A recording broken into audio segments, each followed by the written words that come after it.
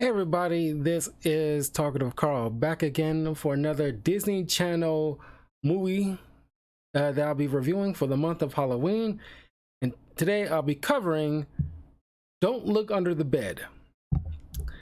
I just covered Phantom of the Megaplex, which should be on my YouTube channel as we speak, youtube.com/talkativecarl. Please like and subscribe, share this with your friends, leave a comment, let me know what was your favorite Disney Channel film. And Phantom Don't Look at the Bed stars Aaron Chambers as Francis Bacon McCausland, hell of a name, Eric Ty Hodges II as Larry Houdini, the imaginary friend, Robin Riker as Karen McCausland, the mom, Steve Valentine as the boogeyman, Jake Saxon as Doran McCausland, Stephen Tobolowsky as Michael McCausland, the father, Darwin's younger brother, Nathan Stevens as Albert Burt McCausland, the older brother, Rudy Lipscomb as Joanne Smith, Francis' friend. Now, yeah, man, I wanted to do this review last year, but I didn't have room for it. But I figured we'll do this year, and I want to make sure like I get it on the docket. But it was an interesting. It's an interesting concept to this day, where the movie is narrated, which typically these Disney Channel films always have like the main character narrating in this thing. But Francis is getting blamed for these series of weird pranks that's been happening in Middlesbrough. Really made up name. Just call it freaking LA.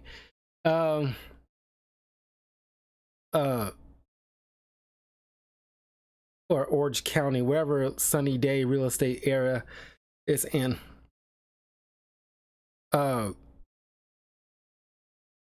Where dogs are appearing on their owner's roof for some reason. Everybody's clocks are wound hours earlier than it's necessary for people to get up. And the letter B is scribbled all over the place, somehow even under certain people's shoes. There's a hilarious moment where a child's shoe has the lowercase b on it, while everybody else has like the letter B. It's the capital B. But even inside the school, all the lockers are marked with B, except for Francis' locker, which leads to everybody thinking like, oh, she's somehow the cause of this. And then, of course, it's like a foreshadowing of one night there's a massive blackout, all except for Francis' house, which is lit up with Christmas tree lights. And even to the point where her own friend is getting ousted, at least like, just completely like, the friendship is kind of like, on the rocks, because she admitted to Francis that she has a crush on her older brother. And now there's like on the lawn, there's a bunch of flowers, spelled out that Joe loves Bert. So something is, because you see all these dolls and other objects poking, turning their heads or something towards Francis when her back is turned. And of course, Francis started high school because she skipped the grade, because I guess he's like, smarter than the average, teen. But here's the thing. Now, I get it, because it is a smart play, and this mysterious figure somehow targeting Francis and making sure she is like isolated as possible, where she has no like help from a traditional sense, and everybody thinks he's crazy, or like, oh, the psychological pressure of moving up a grade earlier than, you know, she probably would have been ready, even though she's constantly uh uh you know, telling people like, you know, like, it's not me, I'm not crazy or anything like that. But then she starts seeing this guy who's calling himself Larry Houdini. And I'm kind of glad she points out how stupid that sounds, that you pretty much, you know, taking the name off of Harry Houdini. But he tells her, now of course she sees him following her, and maybe just the day and age we're in right now, but even back then it seems, you know, not to pull like the race car, but just in general, that's like, he admits to her like he's an imaginary friend, and she shouldn't even be able to see him, because only children is only supposed to be able to see him. But take that to the side for just a second. The fact that you got like a weird guy following this paley white woman, and he's a black man, outside looking in, like, this dude, if this was any other movie, he would have got a cops called on him very fast, and it would have been a very bad day. But just being a guy in general following a girl that's just like, outside looking in, is very like weird. But and she's in the cafeteria, and he's sitting there putting on this Sherlock Holmes hat and dancing on top of the table with a suit on, and she's having this full-on conversation with him, and everybody's staring because she's the only one who sees him. And the fact that he is just not just pointing out, like, I advise you to, it's like, you know, if you watch Detective Pikachu movie, he immediately brings up like, just so you know, only you can be able to understand me, so I advise you to like put on like a, you know, an act, just so that people don't think you're crazy. And so like, you don't see Larry here doing that, is the fact that you having like a full-blown conversation with this woman and not cluing her in the fact that, hey, I advise you to tone it down a bit because only you are able to see me and everybody's staring at you. He didn't do that. He's pulling these antics. And here's the thing, I like Larry because he seems like he carries himself like he's a childlike, you know, he's a child's figurehead that, you know, the whole is like a ideal persona of childlike wonder and all things that's good and everything like that. And so he carries himself like a Mr. Rogers, Steve Burns from Scooby-Doo type of guy. It's like he's, you know, he's playful, whimsy and everything like that, but you're dealing with a teenager. So I kind of wish he's like, yeah, this is a, you know, a young kids movie, but I kind of wish they would have him dial back a bit in certain cases. I mean, he does, but it just seems like, you know, he goes, there's moments where he's went too far. There's moments where it's called for, and there's moments where it feels like, okay, you're going too extra with it. It's like, you know, when he doesn't have to entertain a kid, he just, you know, he's just like overdoing it with the goofiness a bit. And it's not even charming in a way. Some people can, like Jim Carrey can do it very charmingly. Like somehow he can, you know, it's just like it's an art to it. Because somebody like Jim Carrey, even somebody of his skill level, can tend to go too far in certain scenes with the silliness. But majority of the time, at least 9 times out of 10, it works for him.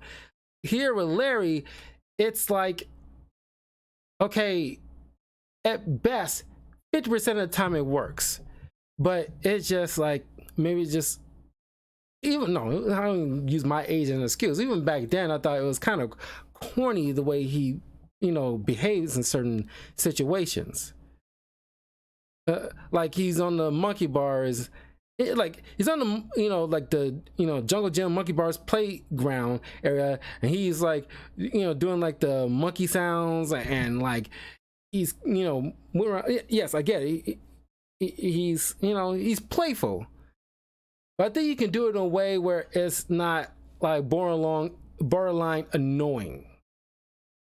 And he's like he's showing off his magic defying physics in front of Frances just to get the point across to her, like, I'm not a normal person.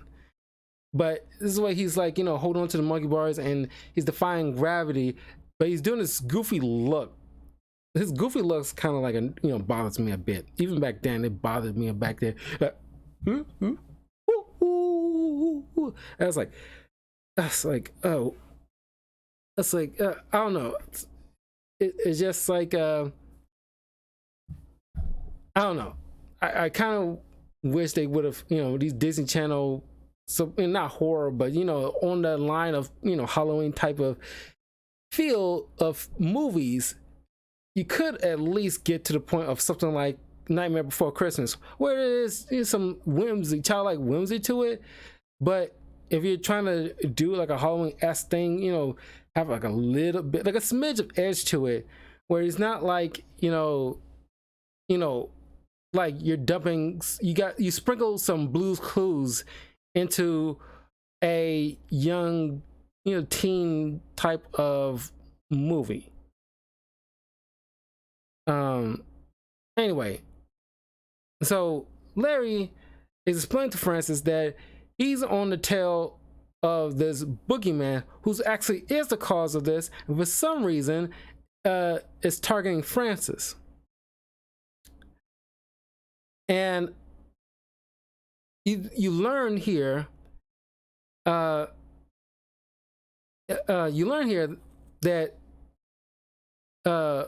boogeyman attacks children. And of course, like the Baba Yaga boogeyman attacks children, which in most cases can be like in a very like horror sense of a movie.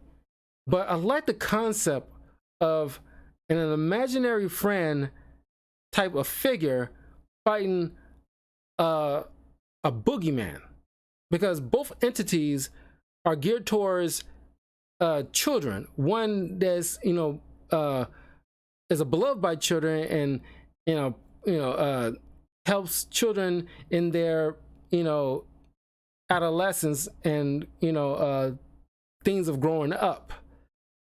But boogeyman attacks children in a way, in certain lore, and like that's it's like a cool idea, and I kind of wish they would have like, I don't know, make some kind of Men in Black type of organization filled with like imaginary friends that used to have children, but once their child grows up and they essentially retire, they become like special agents or something that goes after boogeyman that hurts children, something like that. Because Larry has this man in his head type of guy, who's give him information on what he needs to do on his next assignment or something like that. Kind of wish they do something like that. Like he's part of an organization that stops boogeyman from, or other entities that are known to hurt children. Like, boogeyman or Krampus or something like that, and they are charged to protect children as part of their duties after their designated child grows up. I was kind of leaning to that because it seems like a cool concept. Boogeyman versus imaginary friends. But as they go to the library and check out this book of the Boogie Book, and it's seated all throughout the film, and I never noticed it until I rewatched it, because the first seed, because you think that the first seed, because the book tells them about making this boogie goo, it's like a special treat that attracts boogeyman to him. But and there's all this subterfuge. What is it? It's mechanical tempterfuge. It's this mechanical device that, you know, force aging onto boogeyman to the point where they're too old to be a threat. But you know, you think the first seed of him turning into a boogeyman is in the kitchen when he's making this boogie goo, but it turns out that Larry used to be her Francis' little brother's best friend until Francis, you know, kind of messed that up. I'll get to that in a minute. But the first seed is when because boogeyman likes the dark, but which kind of made no sense. This boogie person is all around during the day causing mishaps, but obviously isn't like bothered by the light, clearly. But anyway, he's wearing glasses because like, oh, it's way too bright. But then little by little, you see certain changes, like his fingernails are getting longer and more like talon-like. So, and his eyes really starting to change the color, freaking Francis out after he learns from her that a year or so ago, Darwin needed like a bone marrow transplant, and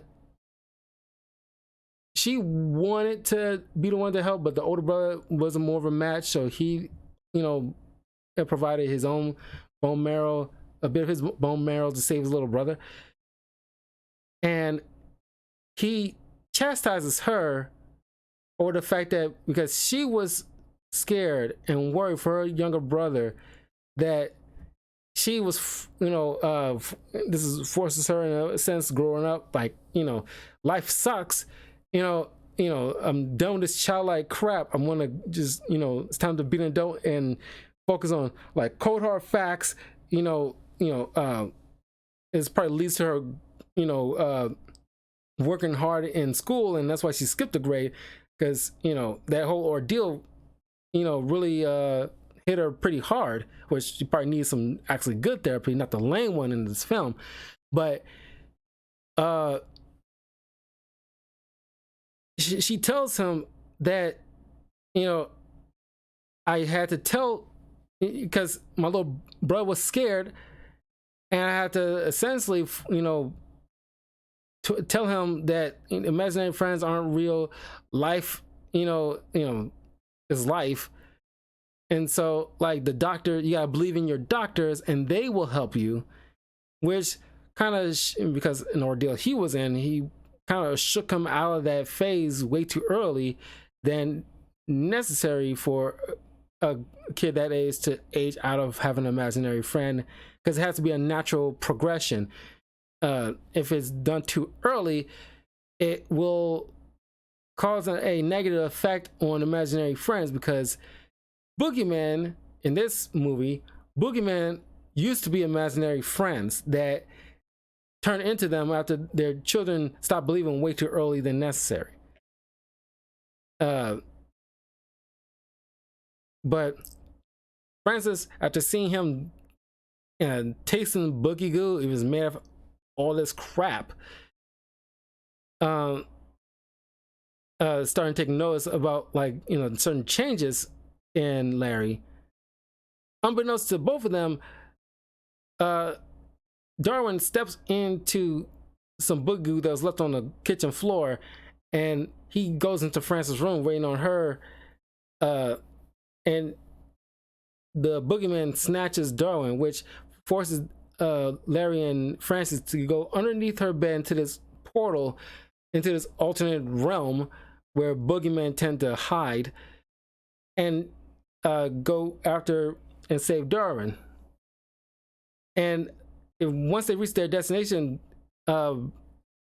Larry finally, like, turns into his own boogeyman, this grotesque looking goblin looking figure.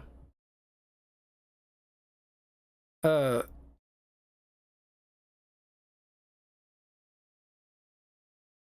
uh and this boogeyman drags Darwin into this kind of sack thing, and legit about to toss this little kid over a cliff until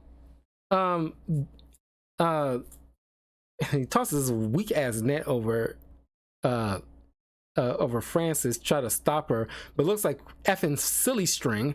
But she pleads out to Darwin, you have to believe in Larry. It's the only way he's the only one who can help you at this point.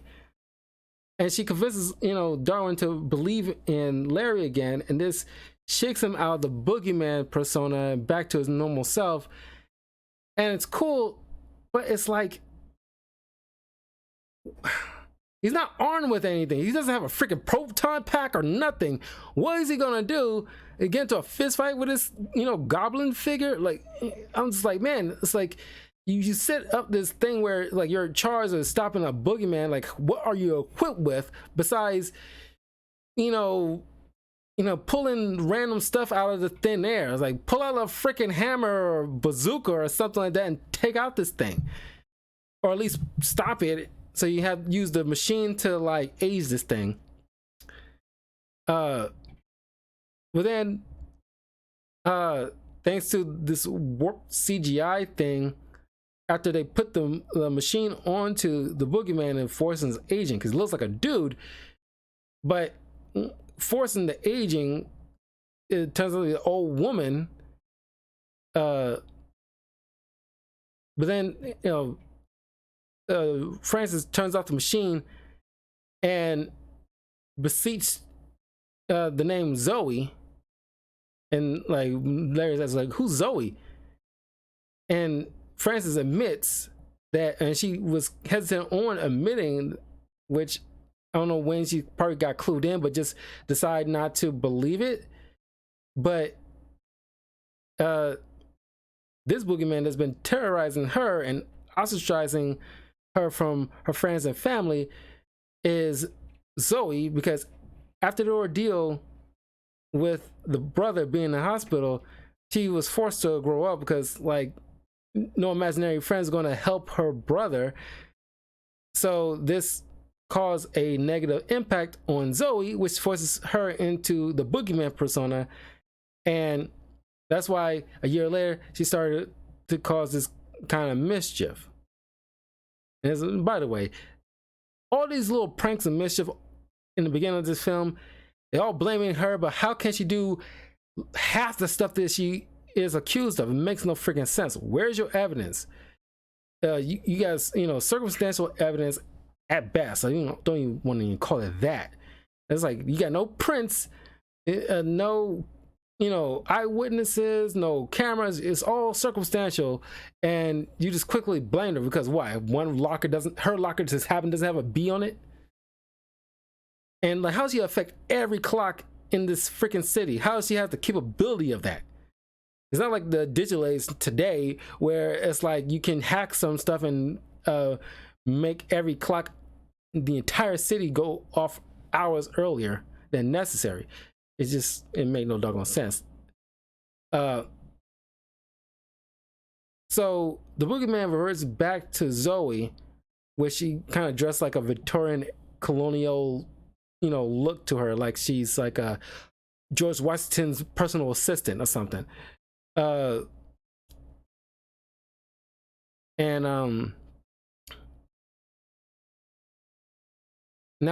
everything's all resolved.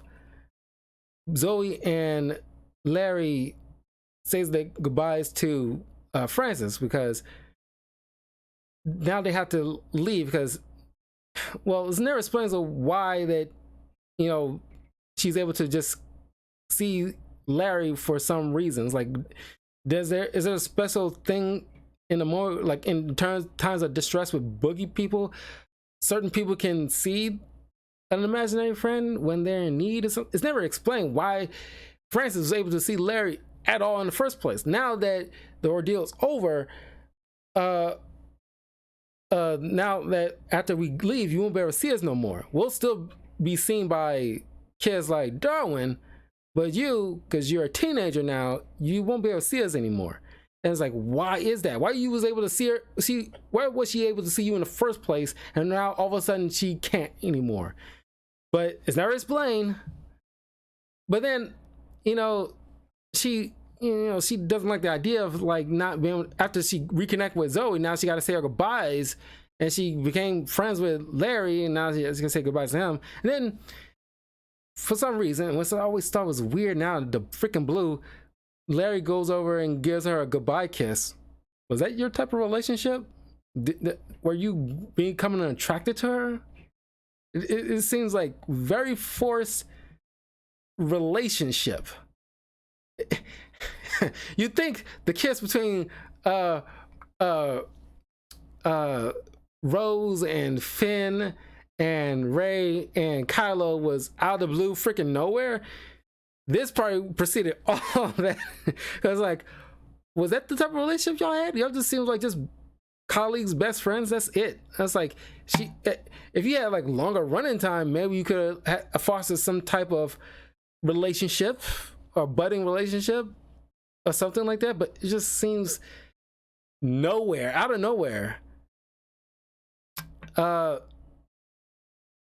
And Larry, points out to her, it's like, just because you grow up doesn't mean you have to lose your childlike wonder at the same time.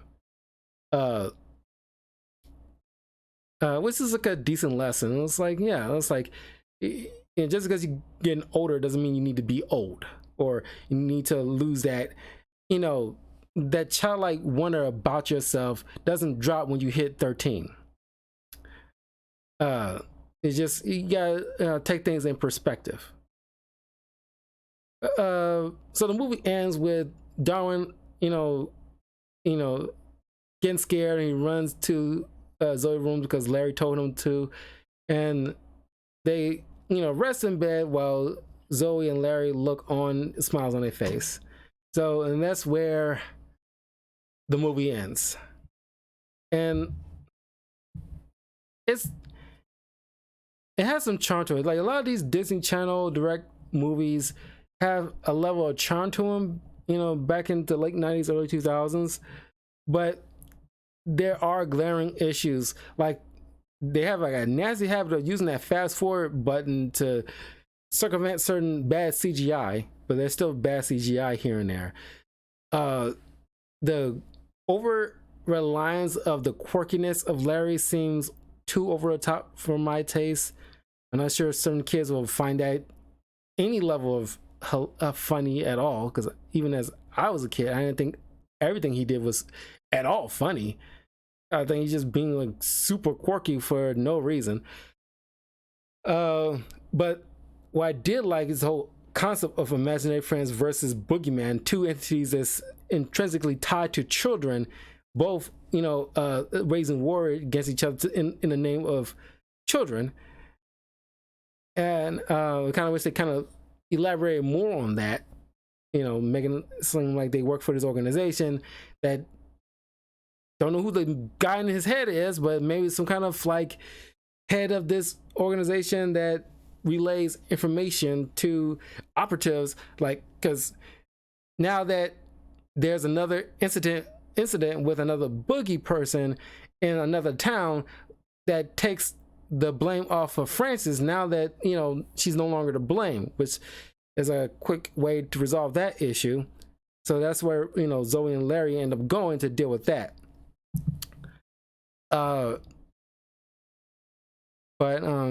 Yeah, and really the kiss was very weird. But yeah, it's a cool concept with imaginary friends, trying to stop boogeyman from harboring children. That part was a really cool idea. But